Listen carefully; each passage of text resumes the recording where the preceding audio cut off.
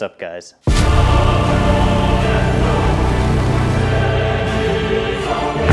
Tyler B is ZZP here.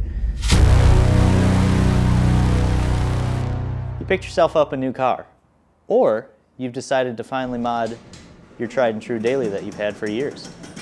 You ever feel like you get left behind, your friends are building out their cars and they seem to be running circles around you?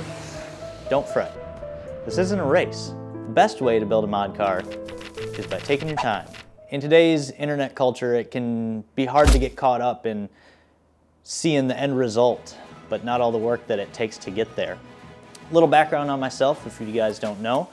I've owned probably a dozen platform cars by now. I've got the world's quickest 4-cylinder Camaro, but I started out with just my little humble base model Cobalt. I was a customer here at ZZPerformance before all of this happened, and here we are. But I think that gives me a unique perspective, and I've been down all the different paths. I've jumped too quickly into one avenue, taken too long in others. Stock polio shit. What I think the most important element to building out a fun, reliable, enjoyable mod car is doing your research. Getting in the hard work online with your buddies ahead of time can really take you a lot further than just hopping on the internet and buying parts. So the first thing that I want to talk about is setting your expectations and goals.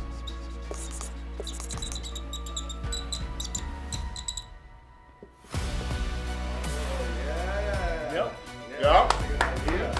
Whether this is a manual Sonic, this is a HHRSS, or you got yourself all the way up to an ATS-V. Putting that plan into place before you go buying parts and before you go modding, or just doing the work, can really take you a lot farther. So expectations and goals. Not only is this going to be tailored towards what your expectations of the car are going to be, but also the expectations of yourself.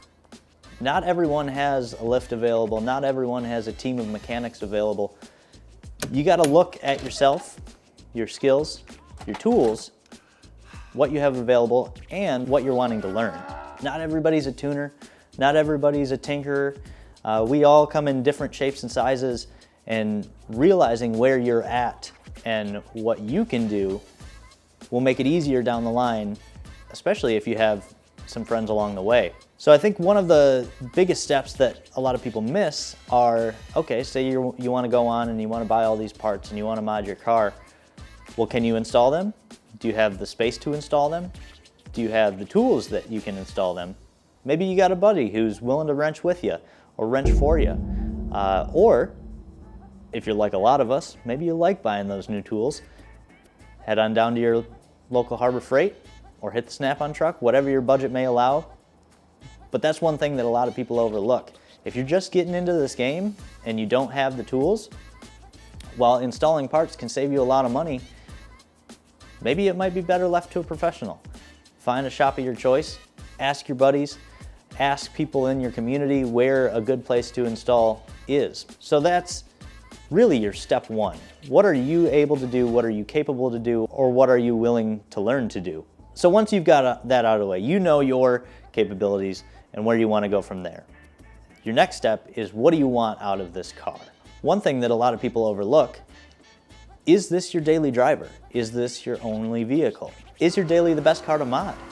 You know, should you be starting out on something a little bit better, something that your dollars could take you a little bit further towards your goals? Are you willing to have that daily down sitting on blocks, or would you rather have your mod car be able to sit on blocks and you could hop in your daily and take that to work? Another important question that you have to ask is, what fuel do you have available and what are you willing to run? If you're really looking to pump those numbers up, E85 is the way to go, but it's not available everywhere. So whether 91 is the best you have, 93 is the best you have, or you're lucky like us and you have E85, that's something that you have to consider for your build. One of the biggest pieces of advice that I could give you is going with a company that fully supports the platform that you're working on. Now, obviously I'm a little bit biased. I work here at ZZP, but like I said, I was a customer before then. And I think one of the keys to my success was going with ZZP because they're a company that can take your car from A to Z. We can cover everything. We're a one-stop shop. And whether that's us or another company, if you're working on a car that's outside of our platforms, being able to talk to the guys who work on the cars that you're working on and have advice and have been through the trials and tribulations is worth its weight in gold. It's not always advantageous to get, say, your injectors from company A and then your high pressure fuel pump from company B. Sometimes those parts don't play nice together. And when you stick with a company who fully supports you and knows these platforms, they can tell you if they won't, and if they don't, recommend something that will play nicely, whether it's in tuning or install. And that's one of the best things about us here is we make sure that all of our parts work together. All right, so we've established your expectations with yourself, with your car, and found the company that you want to mod with. The next big thing is, what's this base that you're starting from? Are you starting from a brand new car? Maybe, maybe not. Are you starting with a 20-year-old car that hasn't had the attentions paid that it really needs? That's your next step. Really get into the car and figure out what it needs to be a solid base to mod. There's nothing worse than putting all your money into your new big turbo kit and your control arm bushings are blown out and you can't control the thing driving down the road. It's not the fun part, unfortunately, but getting that solid base and making sure the car is good as is can really save you a lot of hurt down the road. Are there any common failure points on your specific engine or your specific car? These things have probably been covered by the community that you can figure out and address before getting to a point where it could really hurt that engine or hurt your car. For example, Ecotecs have timing chain problems. We have fixes for that. 1.4s have PCV problems. We have fixes for that. These are things that you could preemptively do, get out of the way, and then you can go out and have fun. Go over your suspension. Go over those sensors. If you got check engine lights, don't ignore them. Go through them, figure out what's causing them, so you have a nice, reliable, solid car to begin modding from. Once you've got that down, our next step is figuring out what you actually want from this build. What do you want to do with it? Do you want to drag race? Do you want to autocross? Do you want to take it to the road course? Do you want to make big dyno numbers and drive it around on the street? Or do you just want a really fun daily? There's levels to almost all the parts we make and many other companies make. If you go in, you build your engine, you throw your big turbo on it, and then you take it to your first autocross, well, you might have been better suited with the stock turbo and some bolt-ons. That's where ZZPerformance comes in.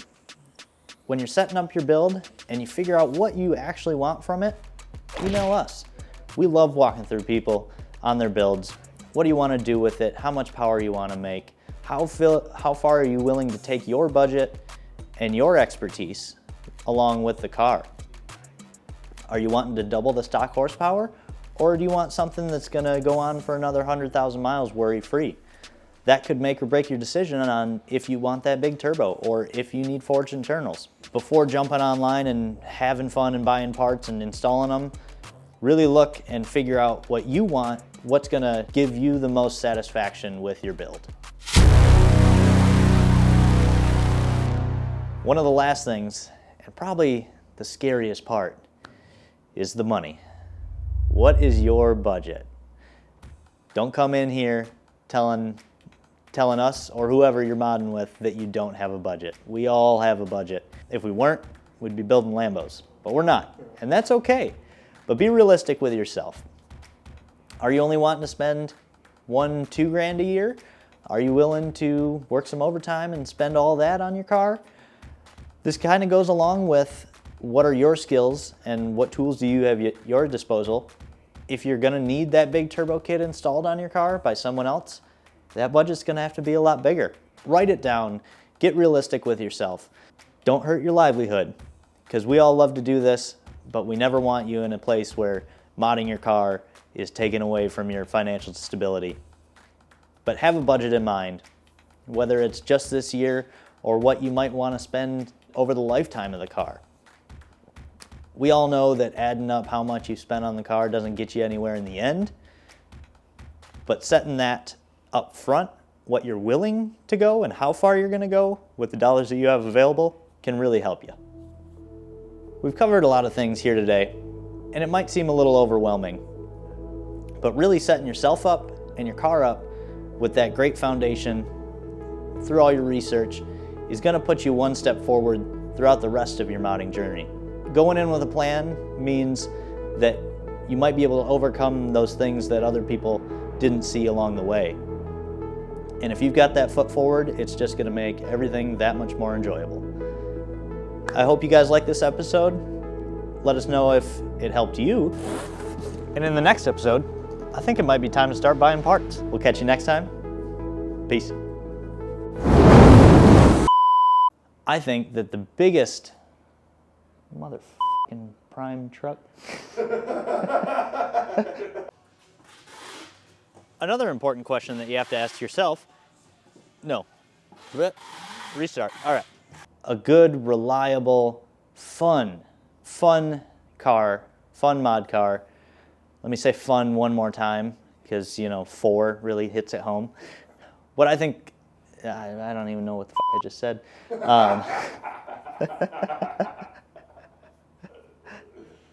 Yeah, maybe we should have wrote something. Are you willing to import some fuel? Run it in 55-gallon, blah, blah, blah, blah, blah, blah, blah. Yep, nope. On the flip side, is this mod car, or on the flip side, is your daily the best thing, or